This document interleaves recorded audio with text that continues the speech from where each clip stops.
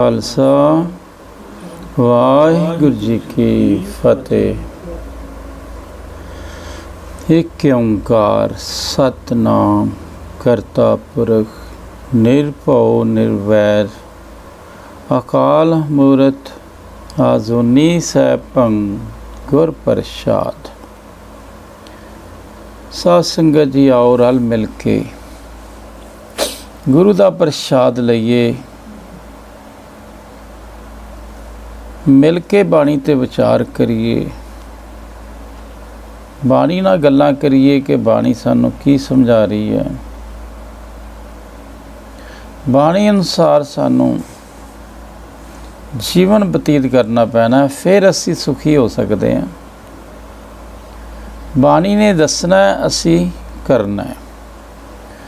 ਗੁਰੂ ਦੱਸਦਾ ਹੁੰਦਾ, ਚੇਲਾ ਕਰਦਾ ਹੁੰਦਾ। ਆਓ ਅਸੀਂ ਵੀ ਗੁਰੂ ਗ੍ਰੰਥ ਸਾਹਿਬ ਦੇ ਚੇਲੇ ਬਣੀਏ, ਗੁਰਸਿੱਖ ਬਣੀਏ। ਬਾਣੀ ਨੂੰ ਸਮਝਣ ਦੀ ਕੋਸ਼ਿਸ਼ ਕਰੀਏ ਕਿ ਬਾਣੀ ਸਾਨੂੰ ਕੀ ਸਮਝਾ ਰਹੀ ਹੈ। ਅੱਜ ਉਸ ਮਾਲਕ ਦੀ ਕਿਰਪਾ ਦੇ ਨਾਲ ਅਸੀਂ 242 ਅੰਗ ਦੇ ਉੱਪਰ ਗੌੜੀ ਰਾਗ ਦੇ ਅੰਦਰ ਸ਼ੰਤ ਦੀ ਬਾਣੀ ਹੈ, ਇਹਨੂੰ ਵਿਚਾਰਨ ਦੀ ਕੋਸ਼ਿਸ਼ ਕਰਾਂਗੇ, ਇਹਨੂੰ ਸਮਝਣ ਦੀ ਕੋਸ਼ਿਸ਼ ਕਰਾਂਗੇ। ਦੋ ਭਾਗਾਂ ਦੇ ਵਿੱਚ ਦੋ ਸ਼ਬਦ ਕਰਾਂਗੇ। ਆਓ ਪਹਿਲਾਂ ਰੋਜ਼ਾਨਾ ਦੀ ਤਰ੍ਹਾਂ ਅਰਦਾਸ ਬੇਨਤੀਆਂ ਕਰੀਏ। ਹੇ ਅਕਾਲ ਪੁਰਖ ਸ੍ਰਿਸ਼ਟੀ ਦੇ ਮਾਲਕ, ਸਾਡੇ ਤੇ ਮਿਹਰ ਕਰੋ, ਕਿਰਪਾ ਕਰੋ। ਇਹੋ ਜਿਹੀ ਕਿਰਪਾ ਕਰੋ ਕਿ ਸਾਨੂੰ ਬਾਣੀ ਦੀ ਪੂਰੀ ਸਮਝ ਆ ਜਾਵੇ, ਅਸੀਂ ਬਾਣੀ ਪੜ੍ਹ ਕੇ ਬੋਰ ਨਾ ਹੋਈਏ, ਮਿੱਠੀ ਲੱਗਣ ਲੱਗ ਜਾਵੇ ਤੇ ਬਾਣੀ ਅਨੁਸਾਰ ਚੱਲਣਾ ਵੀ ਆ ਜਾਵੇ। ਇਹ ਦੋਨੇ ਕਿਰਪਾ ਕਰੋ। ਬਾਣੀ ਦੀ ਸਮਝ ਵੀ ਬਖਸ਼ੋ ਤੇ ਬਾਣੀ ਨੂੰ ਕਮਾਉਣ ਦੀ ਵੀ ਤਾਕਤ ਬਖਸ਼ੋ। ਤੁਸੀਂ ਬਹੁਤ ਦਿਆਲੂ ਹੋ, ਸਾਡੇ ਤੇ ਵੀ ਕਿਰਪਾ ਕਰੋ। ਗੁਰੂ ਸਾਹਿਬ ਫਿਰ ਕੀ ਕਹਿੰਦੇ ਸ਼ਬਦ ਦੇ ਵਿੱਚ? ਮੰਗਲਾਚਰਨ ਪਹਿਲਾਂ ਗੁਰੂ ਸਾਹਿਬ ਨੇ ਲਾਇਆ, ਫਿਰ ਸ਼ਬਦ ਸ਼ੁਰੂ ਕੀਤਾ। ਏਕ ਓਂਕਾਰ ਸਤਿਨਾਮ ਕਰਤਾ ਪੁਰਖ ਗੁਰ ਪ੍ਰਸਾਦ। ਰਾਗ ਗੌੜੀ ਪੂਰਬੀ ਸ਼ੰਤ ਮਹਿਲਾ ਪਹਿਲਾ। ਮੰਦ ਰੈਣ ਦਹੇਲੜੀਆਂ ਜਿਉ ਨੀਂਦ ਨਾ ਆਵੇ, ਸਾ ਤਨ ਦੁਬਲੀਆਂ ਜਿਉ ਪਿਰ ਕੈ ਹਾਵੇ।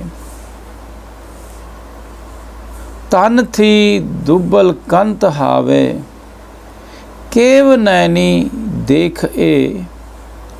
ਸ਼ਿੰਗਾਰ ਮਿੱਠ ਰਸ ਭੋਗ ਭੋਜਨ, ਸਭ ਝੂਠ ਕਿਤੇ ਨਾ ਲਿਖ ਏ। ਮੈਂ ਮਤ ਜੋਬਨ ਗਰਭ ਗਾਲੀ, ਦੁੱਧਾ ਥਨੀ ਨਾ ਆਵੇ। ਨਾਨਕ ਸਾ ਤਨ ਮਿਲੇ ਮਲਾਈ, ਬਿਨ ਪਿਰ ਨੀਂਦ ਨਾ ਆਵੇ।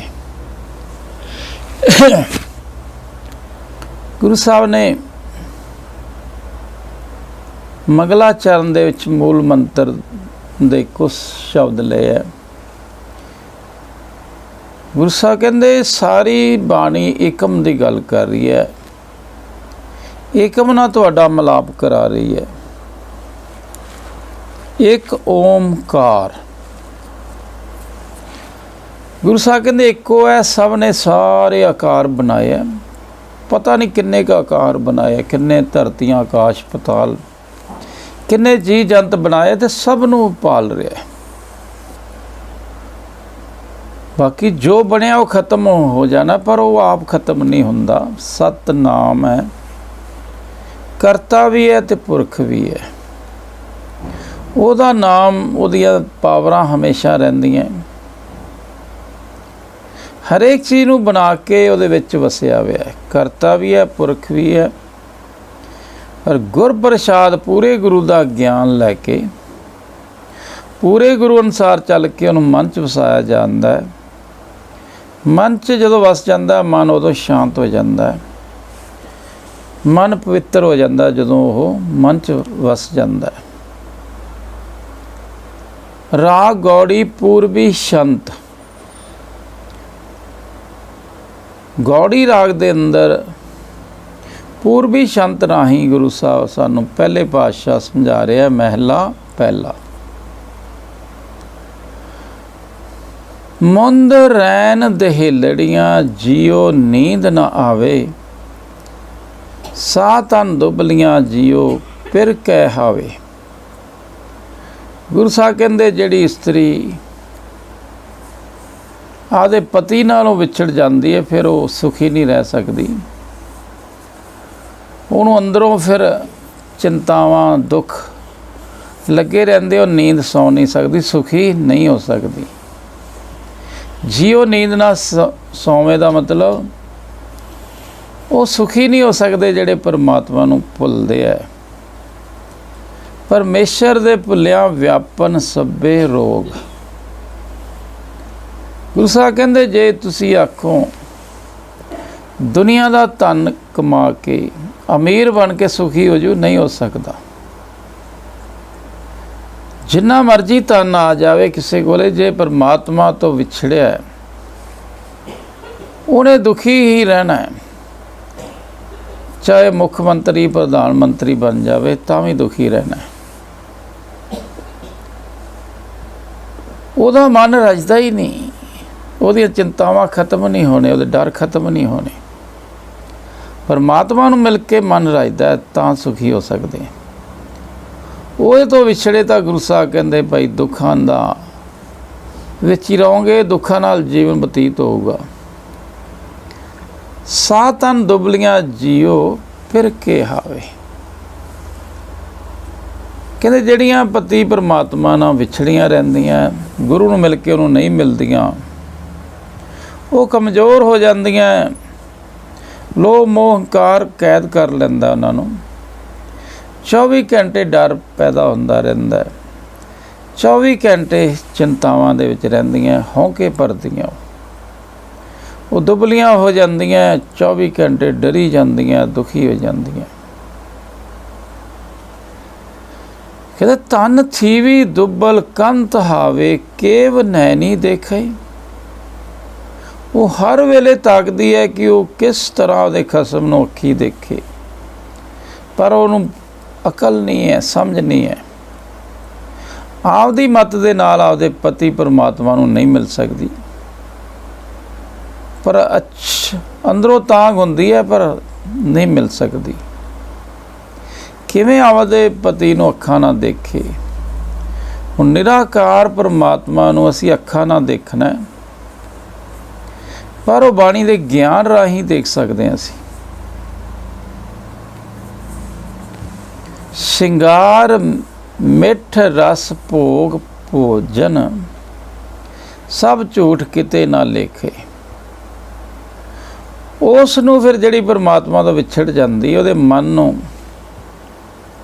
ਲੋਭ ਮੋਹ ਹੰਕਾਰ ਦੇ ਰਸ ਲੱਗ ਜਾਂਦੇ ਹੈ। ਉਹ ਸਰੀਰਕ ਮਿੱਠੇ ਰਸ ਭੋਗਦਾ ਹੈ, ਦੁਨੀਆ ਦੇ ਪਦਾਰਥ, ਲੋਭ ਮੋਹ, ਜੀਭ ਦਾ ਵੀ ਲੱਭ ਲੱਗ ਜਾਂਦਾ, ਖਾਣ ਪੀਣ ਦਾ ਵੀ ਚਸਕਾ ਲੱਗ ਜਾਂਦਾ ਉਹਨੂੰ। ਮਿੱਠੇ ਰਸ ਅਤੇ ਭੋਜਨ ਦੇ ਭੋਗ ਭੋਗਦਾ, ਅਤੇ ਜੋ ਫਿੱਕੇ ਲੱਗਦੇ ਹੈ, ਇਹਨਾਂ ਨਾਲ ਵੀ ਉਹਦਾ ਮਨ ਖੁਸ਼ ਨਹੀਂ ਹੁੰਦਾ। ਅਤੇ ਜਿਹੜੀ ਉਹ ਤੋਂ ਵਿਛੜੀ ਰਹਿੰਦੀ ਹੈ, ਇਹ ਵੀ ਸੁੱਖ ਨਹੀਂ ਦੇ ਸਕਦੇ, ਇਹ ਵੀ ਉਹਦੇ ਵਾਸਤੇ ਨਿਕੰਮੇ ਹੈ। ਮੈਂ ਮਤ ਜੋਬਨ ਗਰਭ ਗਾਲੀ, ਦੁੱਧਾ ਥਨੀ ਨਾ ਆਵੇ। ਕਹਿੰਦੇ ਜਿਸ ਇਸਤਰੀ ਨੂੰ ਜਵਾਨੀ ਵਿੱਚ ਹੰਕਾਰ ਨੇ ਗਾਲ ਦਿੱਤਾ ਹੋਵੇ, ਇਸ ਤਰ੍ਹਾਂ ਜਵਾਨੀ ਵਿੱਚ ਹਉਮੈ ਹੰਕਾਰ ਦੇ ਨਸ਼ੇ 'ਚ ਮਸਤ ਰਹਿੰਦੀ ਹੈ, ਜਿਵੇਂ ਸ਼ਰਾਬੀ ਸ਼ਰਾਬ ਦੇ ਨਸ਼ੇ 'ਚ ਰਹਿੰਦਾ ਹੋਵੇ। ਮਨਮੁਖ ਹੈ, ਉਹ ਹਉਮੈ ਹੰਕਾਰ ਦੇ ਨਸ਼ੇ 'ਚ ਰਹਿੰਦਾ ਤੇ ਦੁਖੀ ਹੁੰਦਾ। ਹਉਮੈ ਹੰਕਾਰ ਉਹਦੇ 5 ਰੋਗ ਪੈਦਾ ਕਰ ਦਿੰਦੇ ਆ। ਉਹ ਆਪਦੇ ਪਤੀ ਨਾਲ ਮਿਲਾਪ ਨਹੀਂ ਕਰ ਸਕਦੀ ਜਿਹੜੀ ਹਉਮੈ ਹੰਕਾਰ ਦੇ ਵਿੱਚ ਰਹਿੰਦੀ ਹੈ ਤੇ ਦੁਖੀ ਰਹਿੰਦੀ ਹੈ। ਉਸ ਨੂੰ ਸੁਹਾਗ ਭਾਗ ਵਾਲੀ ਅਵਸਥਾ ਨਸੀਬ ਨਹੀਂ ਹੋ ਸਕਦੀ। ਬਾਣੀ ਪਹਿਲਾਂ ਹਉਮੈ ਖਤਮ ਕਰਦੀ ਹੈ। ਬਾਣੀ ਪੜ੍ਹ ਕੇ ਜਿਨ੍ਹਾਂ ਦੀ ਹਉਮੈ ਖਤਮ ਹੋ ਗਈ ਉਹੀ ਪਰਮਾਤਮਾ ਨੂੰ ਪਾ ਸਕਦੇ ਆ, ਦੂਜੇ ਨਹੀਂ। ਇਸ ਕਰਕੇ ਬਾਣੀ ਪੜ੍ਹ ਕੇ ਸਾਡੀ ਹਉਮੈ ਖਤਮ ਹੋਣੀ ਚਾਹੀਦੀ ਹੈ ਤੇ ਪਰਮਾਤਮਾ ਨੂੰ ਮਿਲਣ ਦੀ ਭੁੱਖ ਲੱਗਣੀ ਚਾਹੀਦੀ ਹੈ। ਨਾਨਕ ਸਾ ਤਨ ਮਿਲੇ ਮਲਾਈ, ਬਿਨ ਫਿਰ ਨੀਂਦ ਨਾ ਆਵੇ। ਗੁਰੂ ਸਾਹਿਬ ਕਹਿੰਦੇ ਇਹੀ ਹਾਲ ਹੁੰਦਾ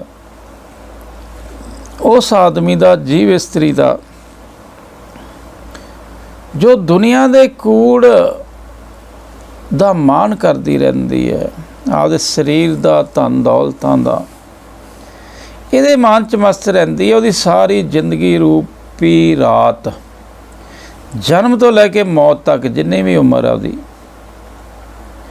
ਉਹਦਾ ਮਨ ਸ਼ਾਂਤ ਨਹੀਂ ਹੋ ਸਕਦਾ, ਸੰਤੋਖ 'ਚ ਨਹੀਂ ਆ ਸਕਦਾ, ਉਹ ਆਨੰਦ ਪ੍ਰਾਪਤ ਨਹੀਂ ਕਰ ਸਕਦਾ, ਉਹ ਦੁਖੀ ਰਹਿੰਦਾ। ਉਹ ਤਦੋਂ ਹੀ ਪ੍ਰਭੂ ਪਤੀ ਨੂੰ ਮਿਲ ਸਕਦੀ ਹੈ ਜੇ ਗੁਰੂ ਨੂੰ ਵਿਚੋਲਾ ਮਿਲ ਜਾਵੇ। ਗੁਰੂ ਗ੍ਰੰਥ ਸਾਹਿਬ ਨੂੰ ਗੁਰੂ ਮੰਨ ਕੇ ਗੁਰੂ ਮੁਤਾਬਕ ਚੱਲੇ, ਫਿਰ ਉਹ ਆਪਦੇ ਪਤੀ ਪਰਮਾਤਮਾ ਨਾਲ ਮਿਲ ਸਕਦੀ ਹੈ ਤੇ ਸੁਖੀ ਹੋ ਸਕਦੀ ਹੈ। ਐਵੇਂ ਨਹੀਂ। ਹੁਣ ਗੁਰੂ ਦੇ ਅਨੁਸਾਰ ਚੱਲ ਕੇ ਤਾਂ ਅਸੀਂ ਪਰਮਾਤਮਾ ਨੂੰ ਮਿਲ ਸਕਦੇ ਹਾਂ, ਨਹੀਂ ਤਾਂ ਅਸੀਂ ਆਪਦੀ ਅਕਲ ਦੇ ਨਾਲ ਉਹਨੂੰ ਨਹੀਂ ਮਿਲ ਸਕਦੇ। ਫਿਰ ਦੂਸਰੇ ਭਾਗ 'ਚ ਗੁਰੂ ਸਾਹਿਬ ਕਹਿੰਦੇ, ਮੰਦ ਨਿਮਾਨੜੀਆਂ ਜਿਉ ਬਿਨ ਧਨੀ ਪਿਆਰੇ, ਕਿਉਂ ਸੁਖ ਪਾਵੇਗੀ ਬਿਨ ਉਰ ਧਾਰੇ। ਨਾ ਬਿਨ ਪਰ ਨਾ ਬਿਨ ਘਰ ਵਾਸ, ਨਾਹੀ ਪੁੱਛੋ ਸਖੀ ਸਹੇਲੀਆਂ। ਬਿਨ ਨਾਮ ਪ੍ਰੀਤ ਪਿਆਰ, ਨਾਹੀ ਵਸੇ ਸਾਚ ਸਹੇਲੀਆਂ। ਸਚ ਮਨ ਸੱਜਣ ਸੰਤੋਖ ਮੇਲਾ, ਗੁਰਮਤੀ ਸੋ ਜਾਣਿਆ। ਨਾਨਕ ਨਾਮ ਨਾ ਛੋਡੇ ਸਾ ਧਨ, ਨਾਮ ਸਹਿਜ ਸਮਾਨਿਆ। ਗੁਰੂ ਸਾਹਿਬ ਦੂਜੇ ਪਦੇ 'ਚ ਸਮਝਾਉਂਦੇ ਆ ਸਾਨੂੰ, ਮੰਦ ਨਿਮਾਨੜੀਆਂ, ਇਹ ਇਸਤਰੀ ਹੁਣ ਨਿਮਾਣੀ ਹੈ, ਇਹਨੂੰ ਅਕਲ ਨਹੀਂ ਹੈ, ਗੁਰੂ ਦਾ ਗਿਆਨ ਨਹੀਂ ਹੈ ਇਹਦੇ ਕੋਲੇ। ਪਿਆਰੇ ਖਸਮ ਦੇ ਮਿਲਾਪ ਤੋਂ ਬਿਨਾਂ ਇਹ ਜਵਾਨ ਇਸਤਰੀ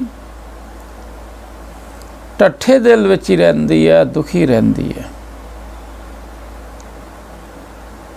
ਹੁਣ ਅਸੀਂ ਲੋਕ ਮੋਹ ਪੰਜਾਂ 'ਚ ਫਸ ਗਏ ਹਾਂ ਤੇ ਦੁਖੀ ਹੋ ਰਹੇ ਹਾਂ। ਇਹ ਪੰਜਾਂ 'ਚੋਂ ਅਸੀਂ ਤਾਂ ਹੀ ਨਿਕਲ ਸਕਦੇ ਹਾਂ, ਅਸੀਂ ਅਕਾਲ ਪੁਰਖ ਏਕ ਓਂਕਾਰ ਆਪਦੇ ਪਤੀ ਪਰਮਾਤਮਾ ਨਾਲ ਮਿਲ ਲਈਏ। ਉਹਦੇ ਮਿਲਾਪ ਤੋਂ ਬਿਨਾਂ ਤਾਂ ਗੁਰੂ ਸਾਹਿਬ ਕਹਿੰਦੇ ਮਨ ਸ਼ਾਂਤ ਨਹੀਂ ਹੋ ਸਕਦਾ ਤੇ ਤੁਸੀਂ ਸੁਖੀ ਨਹੀਂ ਹੋ ਸਕਦੇ।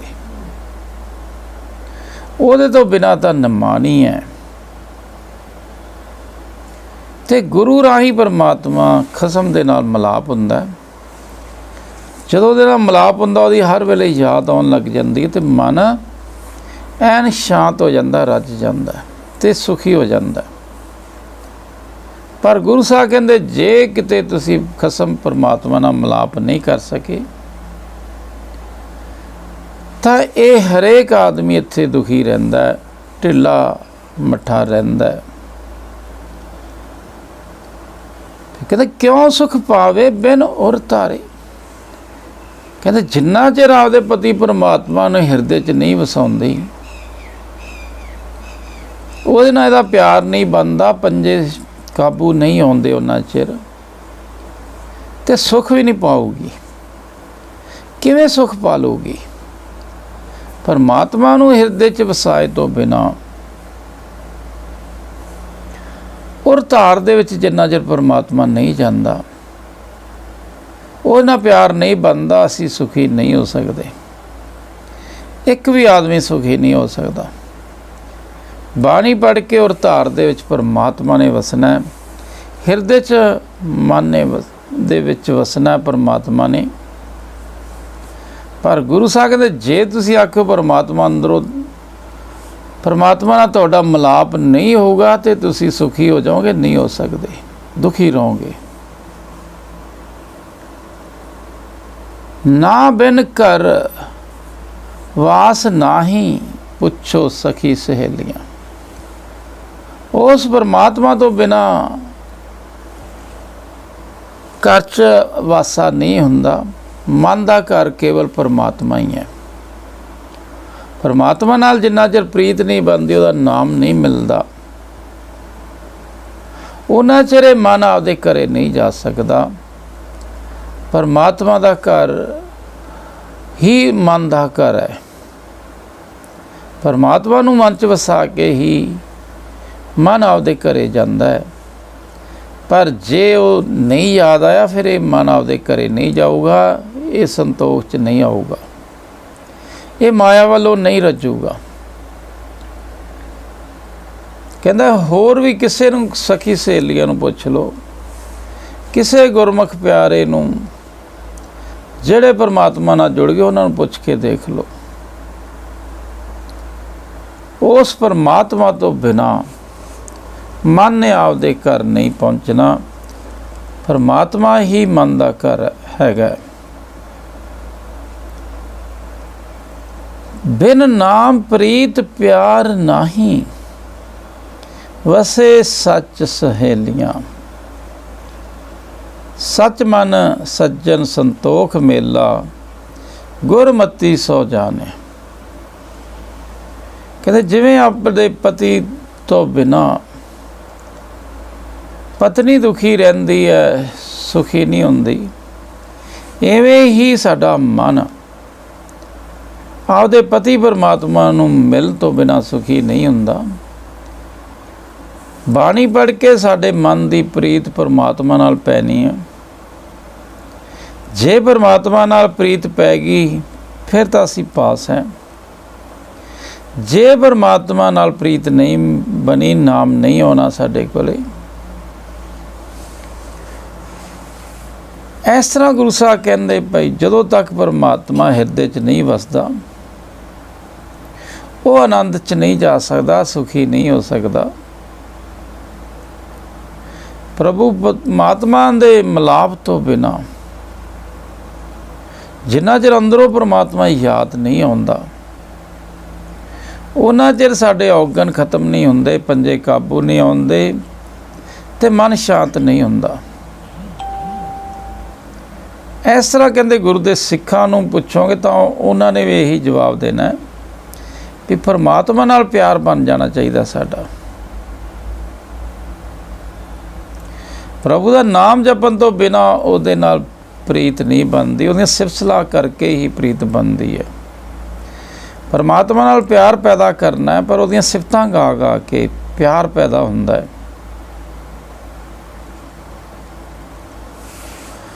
ਇਸ ਤਰ੍ਹਾਂ ਗੁਰੂ ਸਾਹਿਬ ਕਹਿੰਦੇ ਪਰਮਾਤਮਾ ਸਾਡਾ ਪਤੀ ਹੈ ਤੇ ਜਿੰਦ ਹੈ, ਜਿਹੜਾ ਮਨ ਹੈ ਉਹ ਵਹੁਟੀ ਹੈ। ਜਿਵੇਂ ਜਿਵੇਂ ਇਹ ਜਿੰਦ ਆਪਦੇ ਪਤੀ ਪਰਮਾਤਮਾ ਨੂੰ ਮਿਲਦੀ ਹੈ, ਸੁਖੀ ਹੁੰਦੀ ਜਾਂਦੀ ਹੈ। ਗੁਰੂ ਇਹਨੂੰ ਉੱਧਰ ਮਿਲਾਉਂਦਾ ਜਾਂਦਾ, ਤਰੀਕਾ ਦੱਸਦਾ ਜਾਂਦਾ। ਪਰ ਕਿਹੜੇ ਪਰਮਾਤਮਾ? ਜਿਹੜਾ ਸਦਾ ਰਹਿਣ ਵਾਲਾ, ਆ ਸੱਚ ਗਾ ਸੱਚ ਦੇ ਨਾਮ ਨਾਲ ਜੁੜਦਾ। ਤੇ ਗੁਰੂ ਦੀ ਮੱਤ ਲੈ ਕੇ ਇਹ ਜੀਵ ਇਸਤਰੀ ਮਨ ਵਿੱਚ ਪਰਮਾਤਮਾ ਦਾ ਨਾਮ ਵਸਾ ਲੈਂਦੀ ਹੈ। ਗੁਰੂ ਅਨੁਸਾਰ ਜਿਹੜੇ ਚੱਲਦੇ ਆ, ਉਹਨਾਂ ਦੇ ਮਨ 'ਚ ਵਸ ਜਾਂਦਾ ਤੇ ਉਹਨੂੰ ਸੰਤੋਖ 'ਚ ਆ ਜਾਂਦਾ। ਜਿਨ੍ਹਾਂ ਨੂੰ ਬਾਣੀ ਪੜ੍ਹ ਕੇ ਪਰਮਾਤਮਾ ਯਾਦ ਆ ਗਿਆ, ਸੰਤੋਖ ਆ ਗਿਆ, ਸਮਝ ਲਓ ਉਹਨੇ ਬਹੁਤ ਕੁਝ ਪ੍ਰਾਪਤ ਕਰ ਲਿਆ।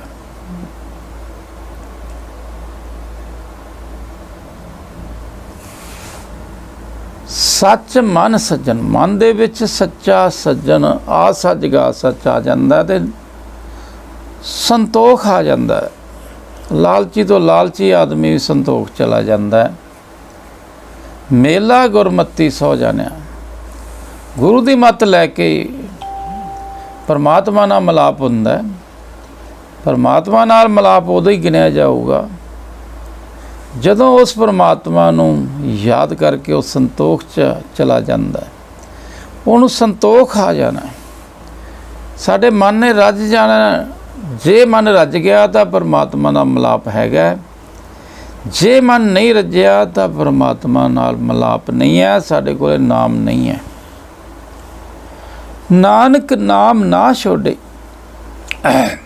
ਸਾ ਧਨ ਨਾਮ ਸਹਿਜ ਸਮਾਨੀਆਂ। ਹੁਣ ਨਾਮ ਦੇ ਵਿੱਚ ਅਸੀਂ ਸਹਿਜ ਨਾਲ ਸਮਾਉਣਾ, ਪਰ ਜਿਹੜੀ 24 ਘੰਟੇ ਨਾਮ ਜਪਦੀ ਹੈ ਛੱਡਦੀ ਨਹੀਂ, ਉਹੀ ਸਮਝ ਲਓ ਨਾਮ 'ਚ ਸਮਾਈ ਵੀ ਹੈ, ਦੂਜੀ ਨਹੀਂ।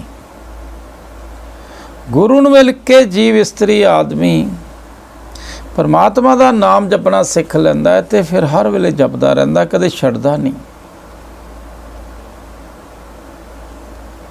ਜਿਵੇਂ ਨਾਮ ਹਰ ਵੇਲੇ ਯਾਦ ਆਉਣ ਲੱਗ ਜਾਂਦਾ ਪਰਮਾਤਮਾ, ਜਦੋਂ ਹਰ ਵੇਲੇ ਪਰਮਾਤਮਾ ਯਾਦ ਆਉਣ ਲੱਗ ਗਿਆ ਫਿਰ ਅਸੀਂ ਪਾਸ ਹੈ ਤੇ ਸਹਿਜ ਸਮਾਨ ਦਾ ਅਵਸਥਾ ਬਣ ਜਾਂਦੀ ਹੈ। ਅੰਦਰੋਂ ਹੀ ਮਨ ਪਰਮਾਤਮਾ ਨਾਲ ਜੁੜਨਾ ਸ਼ੁਰੂ ਹੋ ਜਾਂਦਾ ਹੈ। ਇਹਨੂੰ ਨਾਮ ਧਨ ਕਿਹਾ, ਸਹਿਜ ਸਮਾਨਾ ਕਿਹਾ। ਉਸ ਅਵਸਥਾ 'ਤੇ ਅਸੀਂ ਵੀ ਜਾਣਾ ਹੈ। ਹਰ ਵੇਲੇ ਪਰਮਾਤਮਾ ਸਾਨੂੰ ਵੀ ਯਾਦ ਆਉਣਾ ਚਾਹੀਦਾ ਹੈ। ਮਿਲ ਸਖੀ ਸਹੇਲੜਿਓ ਹਮ ਪਿਰ ਰਾਵੇ ਹਾਂ, ਗੁਰਪੂਛ ਲਿਖਾਉਂਗੀ ਜਿਉ ਸ਼ਬਦ ਸਨੇਹਾ। ਸ਼ਬਦ ਸਾਚਾ ਗੁਰ ਦਿਖਾਇਆ, ਮਨ ਮੁਖੀ ਪਛਤਾਨੀਆਂ। ਨਿਕਸ ਜਾਤਿਓ ਰਹੇ ਅਸਥਿਰ, ਜਾਮ ਸਚ ਪਛਾਨਿਆ। ਸਾਚ ਕੀ ਮਤ ਸਦਾ ਨੌਤਨ, ਸ਼ਬਦ ਨੇ ਨਵੇਲਿਓ। ਨਾਨਕ ਨਦਰੀ ਸਹਿਜ ਸਾਚਾ, ਮਿਲਿਓ ਸਖੀ ਸਹੇਲਿਓ। ਗੁਰੂ ਸਾਹਿਬ ਕਹਿੰਦੇ ਮਿਲ ਸਖੀ ਸਹੇਲੜਿਓ ਹਮ ਫਿਰ ਰਵਿਆ। ਗੁਰੂ ਸਾਹਿਬ ਕਹਿੰਦੇ ਆਓ ਗੁਰੂ ਦੇ ਸਿੱਖੋ, ਰਲ ਕੇ ਬਾਣੀ ਨੂੰ ਸਮਝੋ ਤੇ ਆਪਣੇ ਉਹ ਪਤੀ ਨਾਲ ਮਿਲਾਪ ਕਰਨਾ ਸਿੱਖੀਏ। ਸੰਗਤ ਦੇ ਵਿੱਚ ਆ ਕੇ ਬਾਣੀ ਤੇ ਵਿਚਾਰਾਂ ਕਰੀਏ, ਨਾਮ ਦੀ ਗੱਲ ਨੂੰ ਸਿੱਖੀਏ। ਮਿਲ ਬੈਠ ਕੇ ਪਰਮਾਤਮਾ ਦੀਆਂ ਗੱਲਾਂ ਕਰੀਏ, ਉਹਦਾ ਭਜਨ ਕਰੀਏ, ਉਹਦੀਆਂ ਸਿਫਤ ਸਲਾਹ ਕਰੀਏ। ਜਿੰਨਾ ਅਸੀਂ ਮਿਲ ਕੇ ਬਾਣੀ ਤੇ ਗੱਲਾਂ ਕਰਦੇ ਹਾਂ, ਪਰਮਾਤਮਾ ਦੀਆਂ ਗੱਲਾਂ ਕਰਦੇ ਹਾਂ, ਓਨਾ ਛੇਤੀ ਉਸ ਪਰਮਾਤਮਾ ਨਾਲ ਜੁੜਿਆ ਜਾਂਦਾ ਹੈ। ਇਕੱਲਾ ਆਦਮੀ ਪੜ੍ਹਦਾ, ਉਹਨੂੰ ਸਮਝ ਨਹੀਂ ਆਉਂਦੀ। ਰਲ ਮਿਲ ਕੇ ਵਿਚਾਰ ਕਰ ਲਓ, ਬੜੀ ਸਮਝ ਆਉਣ ਲੱਗ ਜਾਂਦੀ ਹੈ। ਗੁਰਪੂਛ ਲਿਖੂੰਗੀ ਜਿਉ ਸ਼ਬਦ ਸੁਨਿਆ। ਹੁਣ ਗੁਰੂ ਨੂੰ ਪੁੱਛ ਕੇ, ਗੁਰੂ ਦਾ ਗਿਆਨ ਲੈ ਕੇ ਮਨ ਦੇ ਉੱਪਰ ਲਿਖਣਾ ਹੈ। ਮਨ ਦੇ ਉੱਪਰ ਪਰਮਾਤਮਾ ਦਾ ਨਾਮ ਲਿਖਿਆ ਜਾਂਦਾ ਹੈ। ਜਿਵੇਂ ਜਿਵੇਂ ਸੰਗਤ 'ਚ ਬੈਠ ਕੇ ਅਸੀਂ ਬਾਣੀ ਤੇ ਵਿਚਾਰ ਕਰਦੇ ਹਾਂ, ਬਾਣੀ ਨੂੰ ਸਮਝਦੇ ਹਾਂ, ਗੁਰੂ ਦੀ ਸਿੱਖਿਆ ਲੈ ਕੇ ਜਦੋਂ ਸਹੇਲੀਆਂ ਗੁਰਸਿੱਖ ਚੱਲਦੇ ਹੈ, ਗੁਰੂ ਦੇ ਸ਼ਬਦ ਰਾਹੀਂ ਪਰਮਾਤਮਾ ਮਨ 'ਚ ਵਸ ਜਾਂਦਾ ਹੈ। ਸ਼ਬਦ ਦਾ ਸੁਨੇਹਾ ਮਨ ਨੂੰ ਜਾਂਦਾ ਹੈ। ਗੁਰਬਾਣੀ ਮਨ ਨੂੰ ਸਮਝਾਉਂਦੀ ਹੈ ਤੇ ਪਰਮਾਤਮਾ ਨਾਲ ਮਨ ਨੂੰ ਜੋੜ ਦਿੰਦੀ ਹੈ। ਪਰ ਗੁਰੂ ਦਾ ਸ਼ਬਦ ਪਹਿਲਾਂ ਮਨ 'ਚ ਵਸਦਾ ਹੈ, ਫਿਰ ਪਰਮਾਤਮਾ ਵਸਦਾ ਆ ਕੇ। ਸ਼ਬਦ ਸਾਚਾ ਗੁਰ ਦਿਖਾਇਆ, ਮਨ ਮੁਖੀ ਪਛਤਾਨਿਆ। ਪੂਰਾ ਗੁਰੂ ਸੱਚਾ ਸ਼ਬਦ ਦਿਖਾ ਕੇ ਸੱਚੇ ਪਰਮਾਤਮਾ ਨੂੰ ਸਭ ਥਾਂ ਵਸਦਾ ਦਿਖਾਉਂਦਾ, ਫਿਰ ਉਹਦੇ ਨਾਲ ਜੋੜ ਦਿੰਦਾ। ਜਿਹੜੇ ਗੁਰੂ ਮੁਤਾਬਕ ਚੱਲਦੇ ਉਹ ਸੱਚ ਨੂੰ ਦੇਖ ਲੈਂਦੇ ਆ, ਪਰ ਜਿਹੜੇ ਗੁਰੂ ਮੁਤਾਬਕ ਨਹੀਂ ਚੱਲਦੇ, ਮਨਮੁਖ ਰਹਿੰਦੇ ਆ, ਗੁਰੂ ਦੀ ਮੱਤ 'ਤੇ ਨਹੀਂ ਚੱਲਦੇ, ਆਪ ਦੀ ਮੱਤ 'ਤੇ ਚੱਲਦੇ ਆ, ਉਹ ਬੜਾ ਪਛਤਾਉਂਦਾ। ਫਿਰ ਮਨ ਮੁਖੀ ਪਛਤਾਨਿਆ। ਹੁਣ ਅਸੀਂ ਦੇਖਣਾ ਕਿ ਤੇ ਮੈਂ ਮਨਮੁਖਤਾ ਨਹੀਂ, मैं आपदी मन की मर्जी ते तो नहीं चल रहा, गुरु की मर्जी ते चल रहा कि नहीं चल रहा। असी आपदी मत नूं छड्डना है, गुरु की मत ते चलना है। पर जेड़े गुरु साहब कहते गुरु मुताबक नहीं चलते, बड़ा पछताउंदे आ, फिर अंत नूं पछताउंदे आ। सारी उम्र दुखी भी रहिंदे आ, इत्थे भी दुखी रहिंदे, अगे भी दुखी हुंदे। निक्स जात्यो रहे अस्थिर जाम सच पछानिया। पर जिस आदमी ने विरले ने गुरबाणी नूं समझिया, गुरु तो शब्द की दात लई ज्ञान लिया, बाणी की समझ लई, गुरबाणी दे बरकत दे नाल, बाणी दे ज्ञान दे नाल वो परमात्मा नूं कण कण च वसदा देख लैंदा।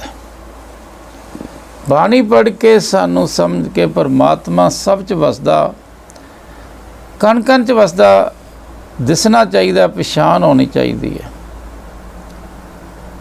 है। इस तरह गुरु का सिख उस परमात्मा नूं कण कण च वसदा देख लैंदा।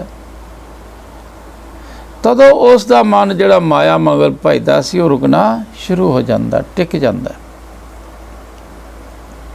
निक्स जात रहे अस्थिर, जिहड़ा मन भज रहा सी, बाहर निकल रहा सी, लोह मोह हंकार पंजां च फसिया सी, वो भजनों अस्थिर हो जाता, रुक जाता है। जाम सच पछाणिया। पर जदों गुरु का ज्ञान लैके सब थां आद सच गात सच नूं पछाण लिया, उदों ये मन रुकदा है। मन नूं रोकण वास्ते असीं बाणी पढ़ रहे हैं, नाम जप रहे हैं। कहते साच की मत सदा नौतन शब्द ने नवेलिया।